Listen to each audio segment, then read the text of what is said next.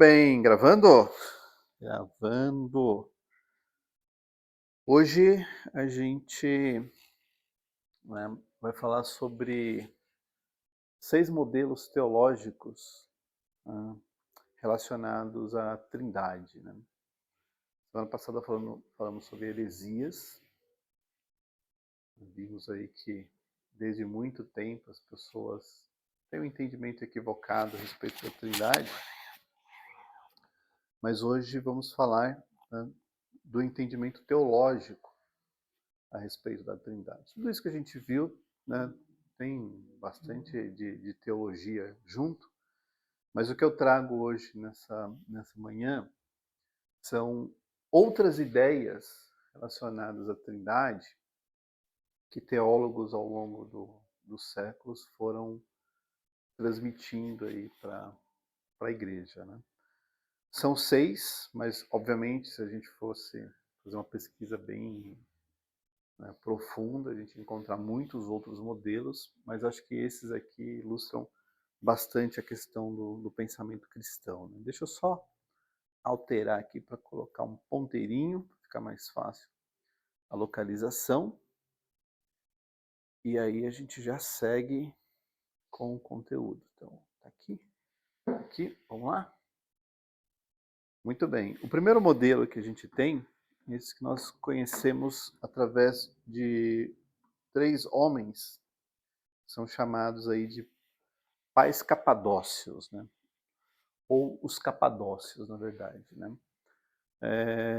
Gregório de Nazianzo, Gregório de Nissa e Basílio de Cesareia, né? O Gregório de Nissa e o Basílio de Cesareia, eles eram irmãos, e o Gregório de Nazianzo era amigo pessoal, assim, próximo do Basílio de Cesareia, e eles foram responsáveis, inclusive, em trazer que a ideia de trindade que dirigiu a igreja nesses primeiros séculos, porque eles, dentre as suas proposições, eles foram que defenderam a ideia da unidade divina através de uma única natureza.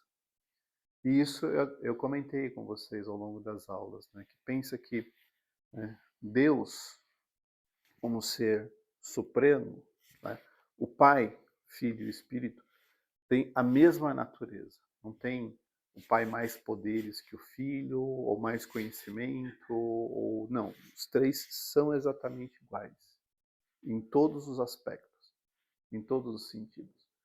Por isso que é importante que a gente, né, pense na Trindade não como uma hierarquia. E está completamente equivocado pensar a Trindade como hierarquia. O Pai aqui, o Filho aqui, o Espírito Santo. Porque você está colocando um maior que o outro. E não é assim que funciona. É um do lado do outro, no mesmo nível, na mesma dimensão, porque eles são exatamente iguais no aspecto da sua natureza, né? Da sua unidade. Para explicar, né, naqueles primeiros séculos a respeito da Trindade, esses 3 teólogos, eles usaram, né, o conceito do universal para o particular, para poder ilustrar. E nas obras eles mencionam, inclusive, um exemplo que é bastante conhecido aí no meio teológico, que é Pedro, João e Tiago, por exemplo. Tá? Se você pegar esses 3 homens, o que eles têm em comum? Todos eles são seres humanos, correto? Todos eles são seres humanos. Só que João, Pedro, Tiago são 3 homens distintos na personalidade, né, na individualidade, então são distintos. E eles pegam este exemplo para ilustrar a questão da Trindade. Se você pegar o Pai, o Filho e o Espírito Santo, eles são Deus porque eles têm a mesma essência divina. Só que são 3 pessoas, como Pedro, Tiago e João. Tá? essa foi uma forma de ilustrar esse entendimento da Trindade. Então, a gente não pensa em deuses, Deus Pai, Deus Filho, Deus Espírito Santo, como três deuses, porque para ser três deuses, eles teriam que ter essências diferentes também. Se eles têm a mesma essência, então eles têm a mesma unidade. Como nós, a gente não tem diferentes seres humanos. A humanidade é uma só. Nós temos aspectos individuais, né, alguns até genéticos, que diferem as pessoas uns dos outros. Mas como seres humanos, nós somos iguais. Não tem aqui um ser humano menos evoluído, mais evoluído. Né? Aqueles que acreditam na evolução vão ficar parados aí debatendo. Mas para nós o ser humano é ser humano, né? Na sua totalidade. Então, eles introduziram esse exemplo para explicar a Trindade. Então, pega o exemplo da humanidade. Todos são seres humanos. Né? Todo mundo aqui. Só que cada um tem a sua individualidade. E aí, este exemplo, eles levaram para a Trindade. Então, o Pai, Filho e Espírito Santo, os três têm a mesma essência divina. Só que além da essência divina, eles têm a sua individualidade. O Pai é Pai, o Filho veio, morreu na cruz, o Espírito Santo depois desceu e habita nas pessoas. Mas todos os três têm a mesma essência divina. Não tem mais de um lado, menos do outro, ou mais importância aqui, menos importância ali. Tudo bem? Essa é uma ideia até fácil de assimilar, né? Eu pego o exemplo da humanidade. Todos os homens e mulheres são seres humanos. A humanidade expressa ali, mas cada um tem a sua individualidade e a mesma ideia eles trouxeram aqui para a Trindade. Dando sequência, que esse é o primeiro, são 6, o próximo vem de Agostinho de Hipona, também conhecido como Santo Agostinho, né? E ele trabalha mais com ideias de analogias. Então, o grande objetivo dele é explicar as coisas através de analogias. Tanto que um conceito que ele traz é chamado de analogia psicológica. Para Agostinho, o filho é a sabedoria. Né? E aí ele pega a ideia do logos e traz essa ideia como explicação. O filho é a sabedoria. Já o espírito é o amor, porque ele está trabalhando esse conceito de analogia, de tentar fazer comparações com coisas que podem ser comparáveis, digamos assim. Só que enquanto o pai e o filho, né, a gente conhece pelas escrituras a relação que eles têm um com o outro, para Agostinho, o Espírito Santo ele une o pai e o filho e também une os cristãos a Deus. Porque na concepção de Agostinho, o Espírito Santo é o amor. Então, o amor de Deus é personificado no Espírito Santo. E o grande ponto aqui é que essa visão ela é bastante filosófica, só que ela despersonaliza o Espírito Santo, porque ele deixa de ser uma pessoa, né, um ser divino, e passa a ser uma força, um sentimento, ou uma ação, né, expressa aqui como amor. Então, só que por mais que a gente perceba isso, ainda assim, essa forma aqui foi a que mais influenciou a igreja ao longo dos séculos. Né? Tanto que João Calvino, já na época da Reforma, e um pouco Lutero também, né, pouco mudaram esse entendimento aqui que Agostinho. Fizeram poucas correções a respeito desse entendimento. Mas isso aqui, né, continuou valendo aí ao longo dos séculos, e muita gente ainda, né, vê o Espírito Santo como um coadjuvante. Esse é um problema sério dessa visão. porque a gente fala muito de Deus, fala muito do Filho, de Jesus, o Pai, e o Espírito Santo a gente deixa sempre de canto. Se você prestar atenção, maioria das pregações que você já ouviu, sempre vai ver o Espírito Santo pouco mencionado. Estou errado? A maioria das vezes, o Espírito Santo ele é só um destaque na pregação. Às vezes na oração. Né? A gente não tem o hábito de relacionar o Espírito Santo com a mesma frequência que a gente fala de Jesus ou que a gente fala do Pai. E isso, gente, é cultural da igreja em função disso aqui. Isso aqui influenciou a igreja durante os séculos e fez com que a gente tratasse o Espírito Santo sempre como um coadjuvante. Nunca deu tanto destaque, tanto valor, tanta importância para ele, porque a igreja cresceu falando de Deus, falando do Pai, falando de Jesus, o Filho, e o Espírito Santo fica ali como uma entidade que não tem muito espaço nas pregações. Essa é a realidade, e essas coisas não vieram de hoje, elas estão assim desde as influências que a igreja foi recebendo ao longo dos séculos. E esse camarada aqui foi um dos que mais acabou influenciando, porque o Espírito Santo, na visão de Agostinho, é um ser despersonalizado, é um amor. Então, a gente ainda vive um pouco disso, né? Eu acho que os louvores menos, né? Você ouve, né, louvores de exaltação à pessoa do Espírito Santo, né? Espírito enche a minha vida, né? Espírito de Deus está aqui. Acho que os louvores eles, né, quebraram um pouco essas barreiras, mas nas pregações é fato, a gente, né, fala muito do Pai, fala muito do Filho e o Espírito Santo fica de canto. Na verdade, Val, vamos dar sequência? Então, esse foi o segundo, talvez um dos mais influentes. Esse aqui, de Karl Barth, esse, talvez, para a época moderna, né, século XX para frente, esse cara acho que é um dos mais influentes dentro da teologia.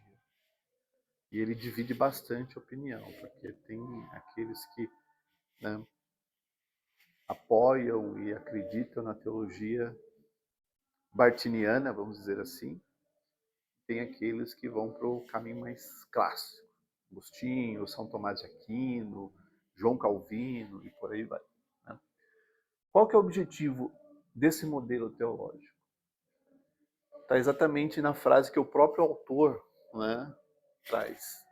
Deus revela a si mesmo.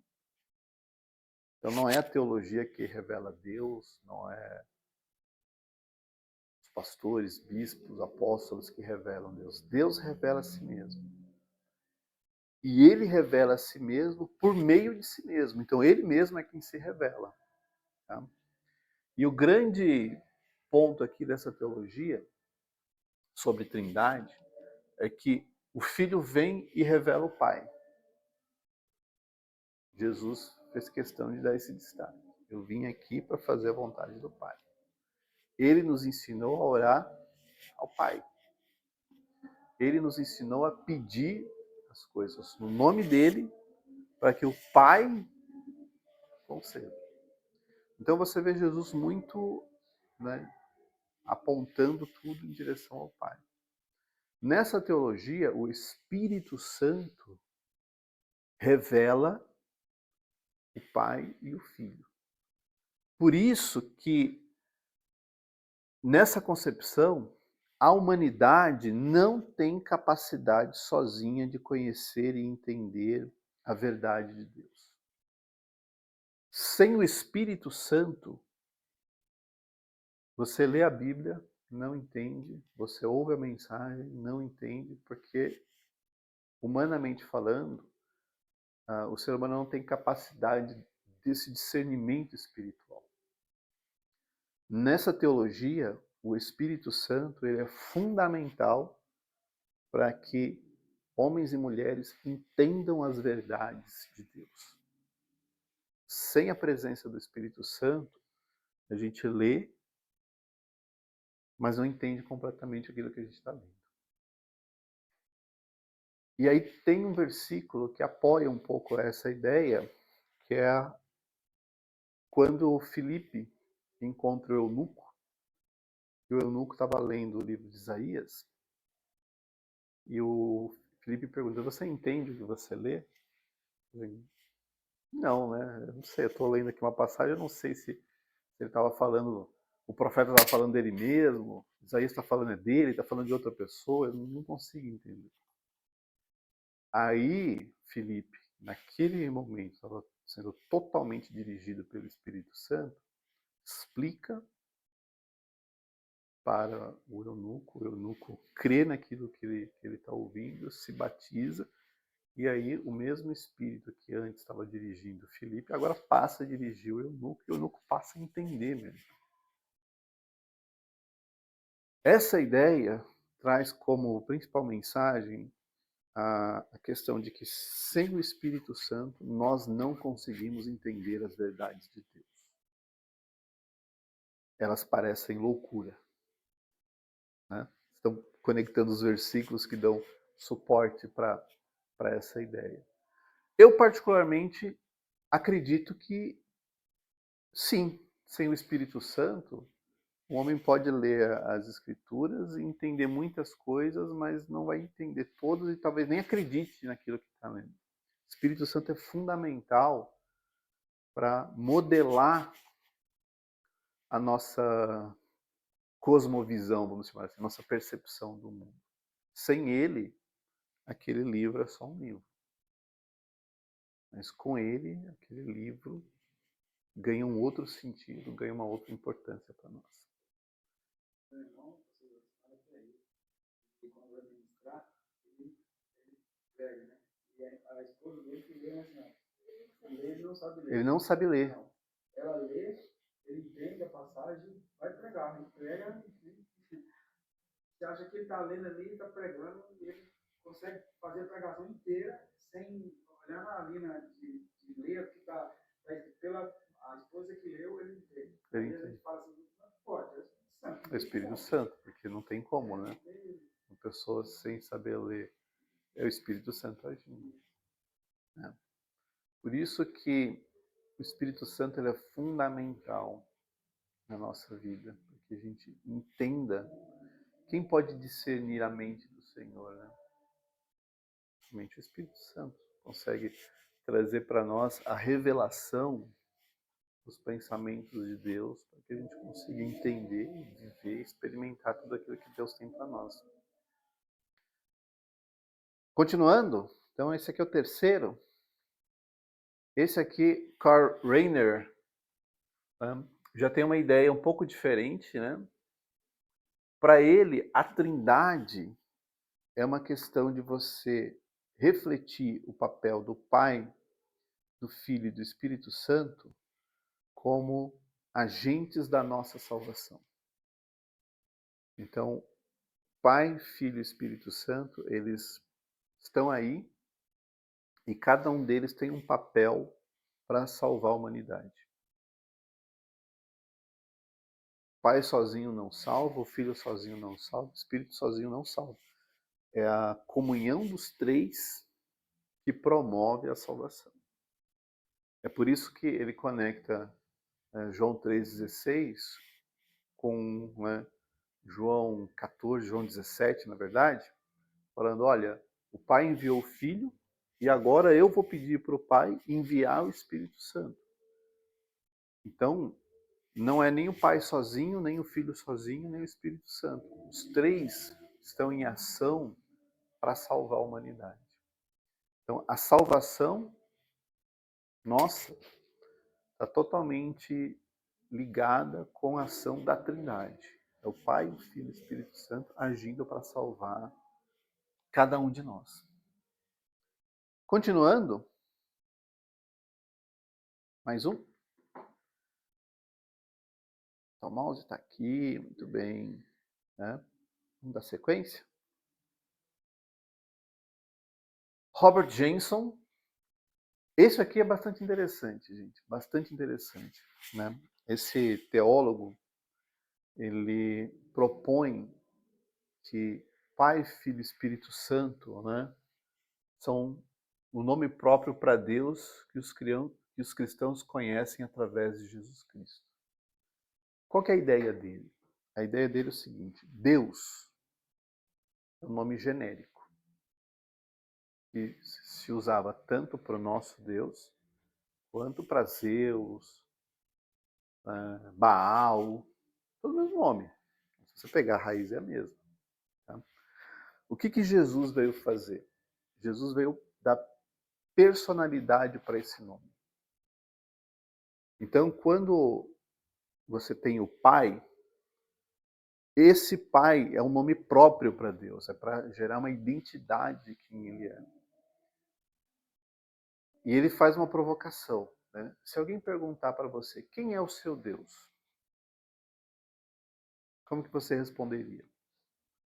A proposta dele é, o meu Deus é aquele que ressuscitou Jesus Cristo.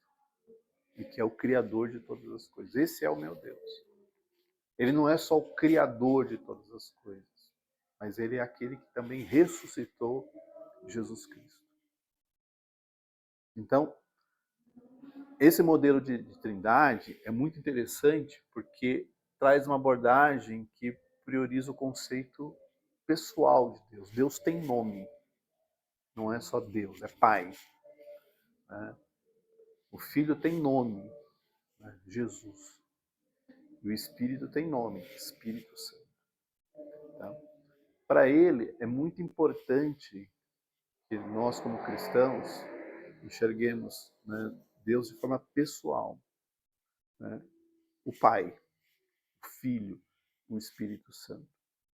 Para que a gente crie uma distinção bem clara da nossa ideia de Deus e da ideia de Deus que você tem em outras religiões. Então, o nosso Deus, ele é Pai, Filho e Espírito Santo. Pai ressuscitou Jesus Cristo, Jesus morreu na cruz para nos salvar, e o Espírito Santo foi enviado para habitar em nós e nos preparar para o dia em que a gente vai encontrar com Ele. O curioso dessa teologia é que ela sintetiza muitos elementos bíblicos na ideia de que você tem um Deus pessoal, ele tem nome. Né? Não é Jeová, não é Adonai, porque esses são títulos, não nomes. Né? Eles podem ser traduzidos para Senhor, para Deus, para o que a gente quiser. Mas o nosso Deus, o nome dele é Pai. Foi o nome que Jesus trouxe quando ele, né, veio a esse mundo. Eu e o meu Pai. Então, para esse teólogo, a Trindade, Pai, Filho e Espírito Santo, é a forma que a gente tem de dizer, olha, esse aqui é o Deus cristão, que nós acreditamos. Continuando, a gente já está no fim. Né? Esse aqui é o último, o John Macquarie. Esse aqui talvez seja o mais complexo de todos, tá? Porque para esse teólogo, a Trindade é vista de uma forma muito existencialista. É muita filosofia aqui embutida no negócio. Tá? Então, o Pai é um ser primordial. Então, ele pensa o Pai como a fonte de tudo. Então, tudo emana do Pai.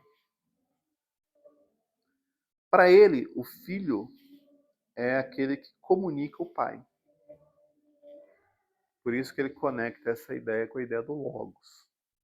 Pai é a fonte de tudo e o Filho fala a respeito do Pai. E o Espírito Santo é o ser que unifica, né, todas as coisas. Então, nessa concepção teológica, o Pai é o ser primordial, fonte de tudo. O Filho comunica tudo aquilo que o Pai tem e é, e o Espírito Santo restaura todas as criaturas em torno de Deus. Então, é uma visão mais recente, né? Se a gente comparar com as demais, não é a mais recente, mas uma das mais recentes, mas é bastante filosófica, né? Mais para você ficar divagando a respeito das coisas de Deus. Mas é um modelo que tem o seu valor, principalmente por conta dessa última parte aqui. Colocar o Espírito Santo como responsável em restaurar a união, né, de Deus com os seres humanos, nós, né?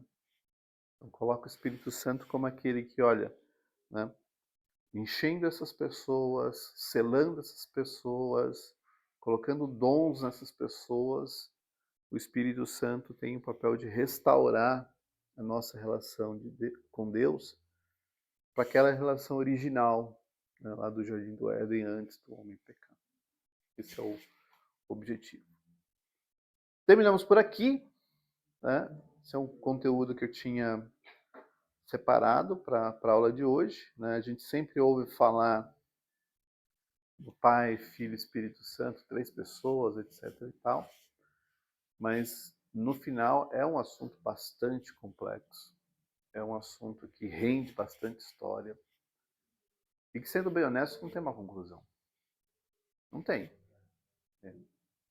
Então, no final, né, o que nós precisamos é, Senhor, me dê o melhor entendimento a respeito dessas coisas, porque humanamente falando é muito complexo da gente entender. Não é verdade? E que Deus, né, consiga ir acertando as nossas visões para que a gente entenda da melhor maneira que a gente consegue. Tá? A teologia não tem uma resposta definitiva para isso. Eu acho que o grande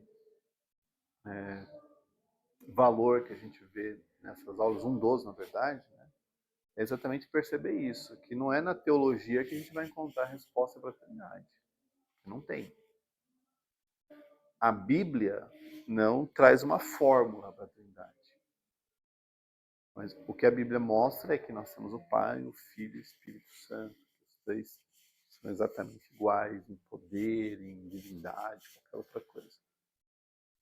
E que nós temos que nos relacionarmos com os 3. Né? Não um e o outro fica de lado e o terceiro fica... Os 3 estão ali para levar o homem de volta para o plano original de Deus. Então, na semana que vem, a gente faz um fechamento desse assunto. Tá? E aí, nos preparamos para o novo tema que vem aí no mês de agosto. Mas aqui fechamos o conteúdo. Semana que vem, só um resumo. Né? Muita coisa, muita filosofia, muita teologia. Nós vamos voltar para a base, fazer um fechamento. E aí, em agosto, a gente volta com um novo tema. Dúvidas? Vou interromper a gravação.